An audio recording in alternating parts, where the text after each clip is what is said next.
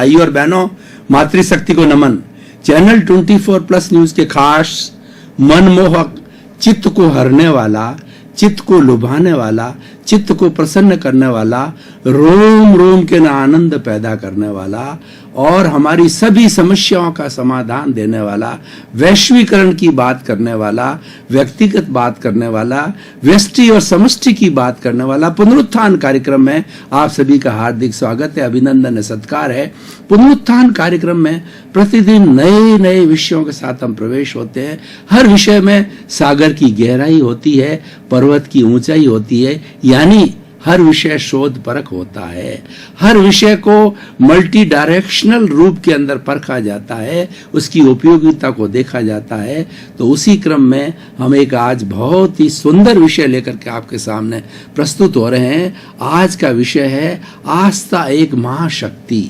भाई और बहनों, दर्शकगण, श्रोतागण, आस्था को कहते हैं बिलीफ, विश्वास, और किसी चीज के अंदर पूरा समर्पण करना आस्था कहलाता है।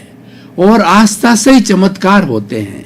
देखिए, कोई व्यक्ति अपने बच्चे को जन्म देता है तो इस आस्था के साथ, इस विश्वास के साथ में, इस फेथ के साथ में जन्म देता है कि वो बच्चा बड़ा होकर सुसंस्कारी बनेगा, एक अच्छा इंसान बनेगा, मेरे कुल का नाम रोशन करेगा, मेरे गांव का, मेरे देश का और मेरी जाति का नाम जो है रोशन करेगा और मेरे बुढ़ापे के अंदर सेवा करेगा।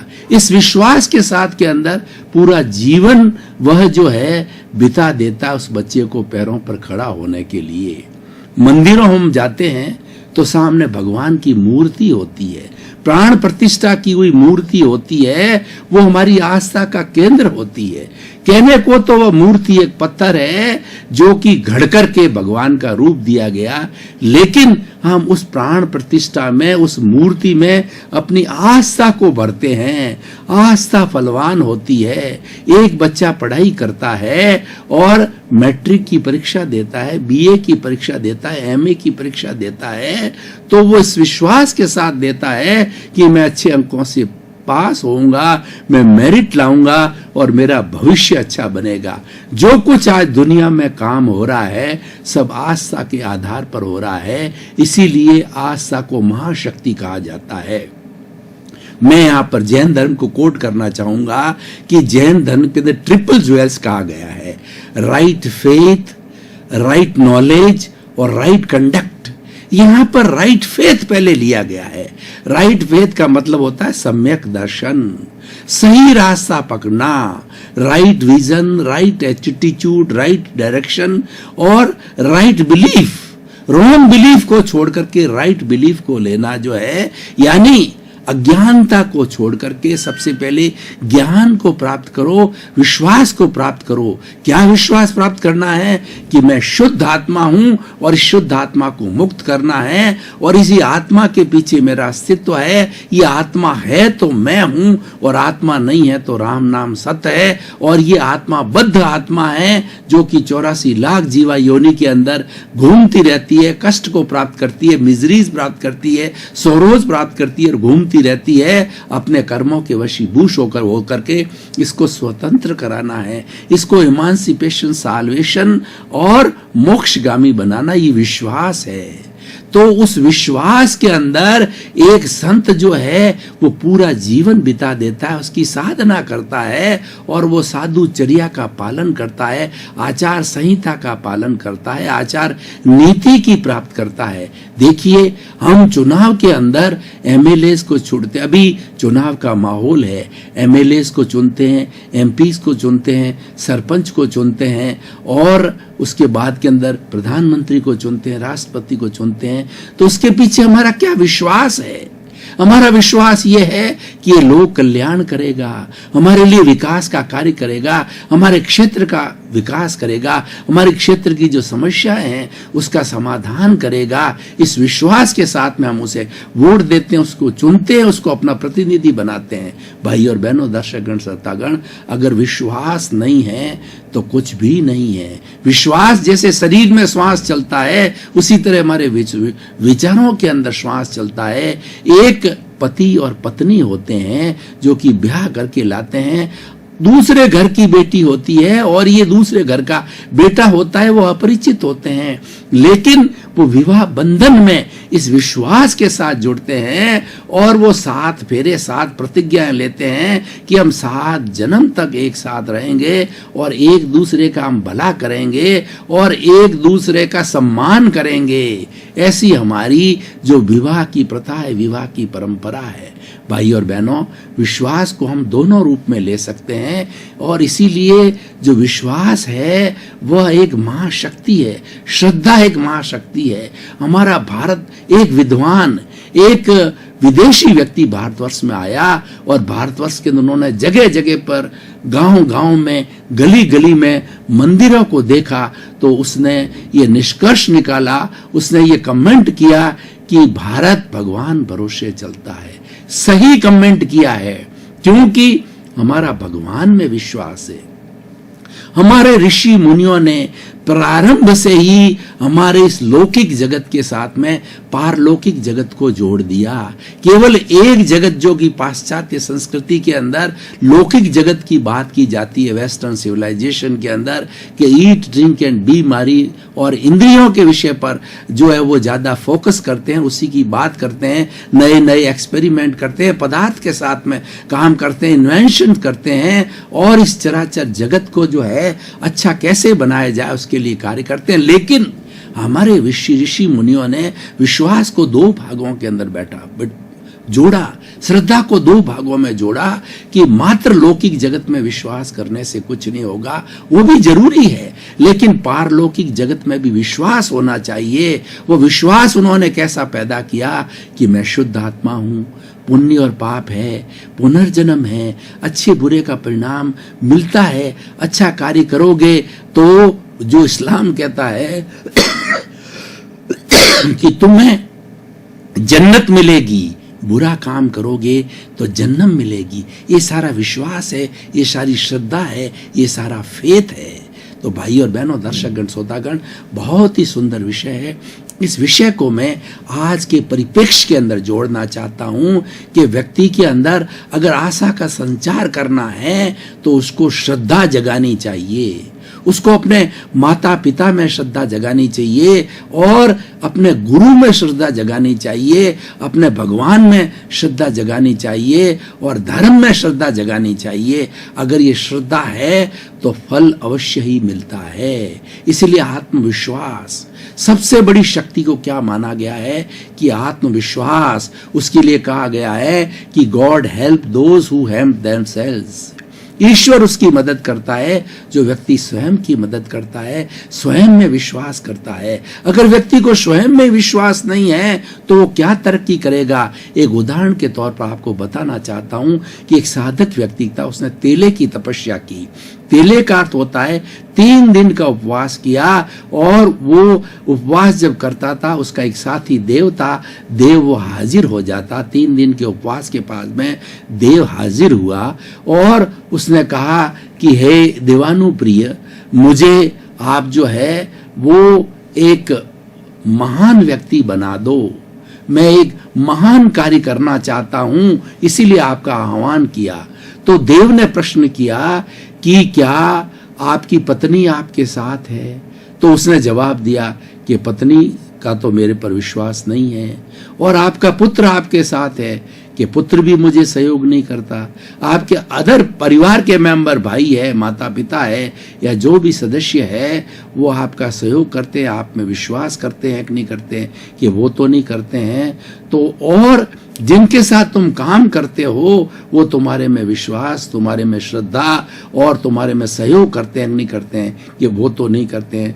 तो देव ने कहा कि तू भाग जा, जब तेरा खुद में भी आत्मविश्वास नहीं है तो तू क्या महान कार्य करेगा। और महान कार्य करने के लिए सबसे पहले आत्मविश्वास जगाना होता है।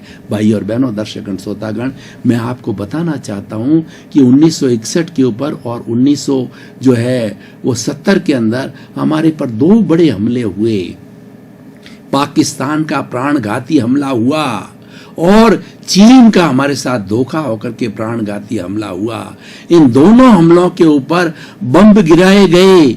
लंबे लंबे समय तक जो है बमबारी होती थी, ब्लैकआउट हो जाता था और सभी लोग अपने घरों से बाहर निकल करके कोई भी जो है वो खुले मैदान के अंदर या किसी चीज के अंदर अपनी सुरक्षा के लिए घुस जाते थे।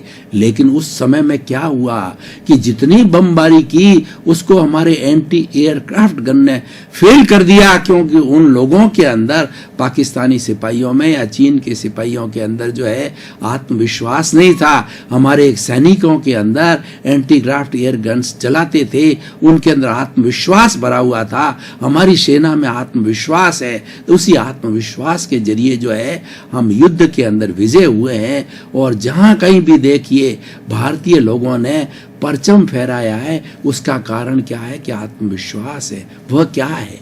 वह अपने आप में श्रद्धा है।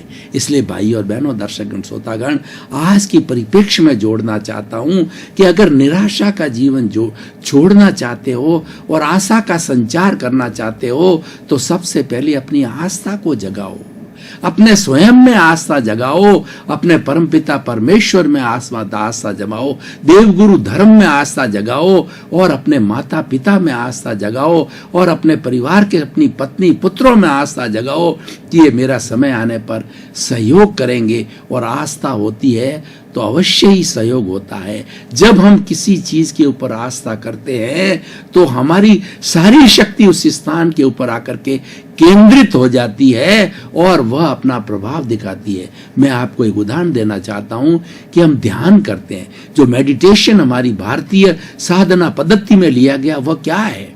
वो एक विश्वास का बहुत बड़ा नमूना है कि हम एक पर्टिकुलर पॉइंट के ऊपर, हमारा जो दर्शन केंद्र है दोनों भ्रकुटियों के बीच के अंदर, उस आज्ञा चक्र के ऊपर, उसके भीतर जाकर के हम हमारे प्रभु का, हमारे आराध्य का, हमारे इष्ट का चित्र बना करके, भगवान का चित्र बना करके हम उस पॉइंट के ऊपर जो है दद्दचित्त हो जाते हैं, केंद्रित हो जाते हैं। तो हम देखते हैं कि चारों तरफ की जो सारी शक्ति है एक परमाणु के ऊपर आकर के इकट्ठी हो जाती है। ये आस्था का सबसे बड़ा नमूना है। उस आस्था से क्या होता है कि हम जो है वो ईश्वरमय हो जाते हैं, भक्तिमय हो जाते हैं। हमारे रोम रोम के अंदर जो है एक श्रद्धा जागृत हो जाती है, एक उत्साह का संचार होता है, एक प्रसन्नता का संचार होता है, एक आनंद का संचार होता है, एक जोश का संचार होता है। और उस जोश के माध्यम से हम परोपकार करने लग जाते हैं, अच्छा कार्य करने लग जाते हैं, लोगों की भलाई के लिए लग जाते हैं, समाज कल्याण के लिए लग जाते हैं, समाज सेवा के लिए लग जाते हैं। इसलिए भाई और बहनों, दर्शकगण, श्रोतागण, आस्था महाशक्तिशाली जो है वो आस्था है, उसको डेवलप कीजिए। आप अगर एक अच्छा राजनीतिक, अच्छा मिनिस्टर, देश का प्रधानमंत्री अपने लोगों में आस्था डेवलप करता है कि मेरी जो प्रजा है वो ईमानदार है, मेरी प्रजा अच्छे गुणों वाली है, मेरी प्रजा जो है अच्छे कार्य करने वाली, मॉरल को मानने वाली है, वो चोर नहीं है, तो उस आस्था से क्या, उस एंगल से वो देखेगा और उसके कल्याण के अंदर लगेगा कि मुझे ऐसी प्रजा की सेवा करनी चाहिए। अगर दूसरे रूप में अगर उस प्रधानमंत्री को जो है देश के प्रति आस्था नहीं है, श्रद्धा नहीं है, तो चोर की नजर से देखेगा। वो देखेगा कि ये लोग भ्रष्ट हैं, ये लोग बदमाश हैं। तो उससे क्या होगा कि वो निआस्था होकर के उसके मन के अंदर नेगेटिव थॉट आएंगे। और जब अगर उस प्रधानमंत्री के दिमाग के अंदर नेगेटिव थॉट आ गए तो जनता के दिमाग में अवश्य आएगा। हम जो चिंतन करते हैं, हम जो बोलते हैं, उसकी इको होती है। कभी आपने सोचा होगा, देखा होगा कि एक कुआं है और कुएं के भीतर झांक करके आप जोर से ओम की आवाज बोलते हैं तो अंदर से इको आती है, ओम। तो जो कुछ हम सोचते हैं, जो कुछ हम बोलते हैं उसका वापस परावर्तन होकर के वो ईगो जो हमारे को प्राप्त होती है, नया कुछ भी नहीं है। इस संसार के अंदर हमारे विचारों का ईगो होता है, हमारी मानसिकता का ईगो होता है, हमारी श्रद्धा का ईगो होता है। हमें किसी पर श्रद्धा होती है तो वो व्यक्ति हमें धोखा नहीं दे सकता है, क्योंकि हमारे पर उसकी श्रद्धा है तो उसकी श्रद्धा भी हमारे पे हो जाती है। गिव एंड टेक का फॉर्मूला होता है आस्था के अंदर। आप भगवान में आस्था करते हो तो ईश्वर तुम्हारे में श्रद्धा करता है और तुम्हें जो है उस विश्वास के साथ को देने की बात करता है। तो भाई और बहनों, दर्शकगण, श्रोतागण, आस्था को जगाओ। आस्था एक अस्तित्व है, आस्था एक महाशक्ति है, आस्था एक टॉनिक है, आस्था एक जोश है, आस्था एक प्रसन्नता है। और आस्था का अगर संचार ब्लड के अंदर हो जाता है तो व्यक्ति हर क्षण जो है अच्छा कार्य करने के लिए उद्यत हो जाता है, वो महान बन जाता है, वो ईश्वर बन जाता है। ईश्वर, मनुष्य और पशु में फर्क क्या है कि मनुष्य टू एयर इज ह्यूमन। मनुष्य गलती का पुतला है, लेकिन वो गलती करके वापस करेक्शन करता है। और पशु क्या है कि वो गलती करता ही रहता, उसमें समझ नहीं है, उसमें विवेक नहीं है, हर बार गलती करता रहता है। और ईश्वर क्या है, कभी गलती करता ही नहीं है। तो हमें ईश्वर बनना है, हमें प्रभु बनना है, हमें भगवान बनना है, हमें अच्छा इंसान बनना है। इसीलिए ही हमें मनुष्य जीवन दिया गया है। इस प्रकृति माँ ने, इस कर्मों ने, हमारे पुण्य ने हमें ये सर्वश्रेष्ठ जीवन, मनुष्य जीवन दिया है। उस मनुष्य जीवन का सबसे बड़ा मूल्य है आस्था। हर चीज में आस्था पैदा करो। जो आप कार्य कर रहे हो वो ददचित्त होकर के भाव क्रिया के साथ में करते जाओ। आपका रास्ता सही होना चाहिए, पहले राइट बिलीफ होनी चाहिए। ये राइट बिलीफ क्या है? यही तो आस्था है। हमारी रॉन्ग बिलीफ हट जानी चाहिए। अज्ञान रॉन्ग बिलीफ है। अज्ञान क्या है? अज्ञान ये है कि मैं सृष्टि का करता हूं। कर्ता भाव अज्ञानता है। उसको ये पता नहीं जो है नहीं उसमें अपना रोपण करता है, और जो है उसको अपना नहीं मानता। जैसे कि मैं शुद्ध आत्मा हूं और ये शुद्ध आत्मा अनंत ज्ञान वाला है, अनंत दर्शन वाला है, अनंत शक्ति वाला है, अनंत सुख का धाम है, ये मेरा अस्तित्व है। उसमें मैं विश्वास नहीं करता हूं। और मैं रोपण क्या करता हूं कि कर्ता भाव, यह कार्य मैंने किया, ये भवन मैंने बनाया, ये धन मैंने संपत्तित किया, इतना बड़ा कार्य मैंने किया, मैं प्रधानमंत्री बना, मैं राष्ट्रपति बना, मैं एमएलए बना।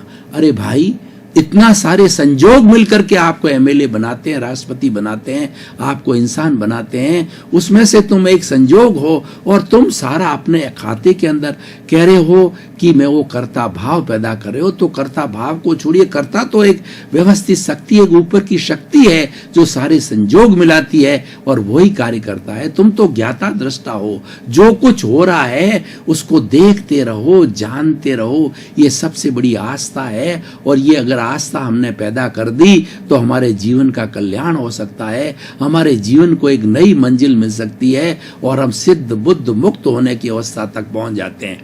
तो भाई और बहनों, दर्शकगण, श्रोतागण, हमारे पुनरुत्थान कार्यक्रम की यह परंपरा है कि हम हर एपिसोड को, हर विषय को जो है वो कसौटी पर कसते हैं। तो आस्था एक महाशक्ति है। अगर हम इसका जीवन में पालन करें, ये एक ऐसा मूल्य है कि व्यक्ति अगर इस एक मूल्य को भी जीवन के अंदर अपना लेता है तो वो व्यक्ति कभी निराश नहीं होगा। वो व्यक्ति दुख में से सुख निकाल लेगा। वह व्यक्ति हेल्पिंग नेचर का होगा। वो व्यक्ति किसी के साथ बुरा व्यवहार नहीं करेगा, किसी का शोषण नहीं करेगा, किसी का कपट नहीं करेगा। क्यों? कि वो जैसी अपने में आस्था रखता है वैसी वो आस्था रखता है कि सामने वाला भी मेरे जैसी आत्मा है, पेड़ पौधे भी मेरे जैसी आत्मा है, पशु पक्षी भी मेरे जैसी आत्मा है, धूप में घास है, फूस है, सारे जो है मेरे जैसी आत्मा है। तो उनको काटना मेरे शरीर को काटने के समान है। दर्शकगण, श्रोतागण, भाई और बहनों, आपका बहुत बहुत धन्यवाद, आपको साधुवाद कि आप पुनरुत्थान कार्यक्रम को बराबर देख रहे हो और बराबर देखते रहिए और अपने साथियों को, अपने परिवार के सदस्यों को प्रेरणा दीजिए कि पुनरुत्थान कार्यक्रम में अच्छी अच्छी बातें बताई जाती है, अच्छे अच्छे टिप्स दिए जाते हैं, मानव निर्माण के टिप्स दिए जाते हैं, जीवन निर्माण के टिप्स दिए जाते हैं, क्योंकि हमारा उद्देश्य है व्यक्ति को बदलना। इसी क्रम में आपका जीवन आनंदमय हो, मंगलमय हो, आस्थामय हो, सुखमय हो और बड़े प्रेम के साथ में आप शतायु होकर के मानव जीवन का कल्याण करें, स्व पर कल्याण करें, स्वयं का कल्याण करें और पर का कल्याण करें।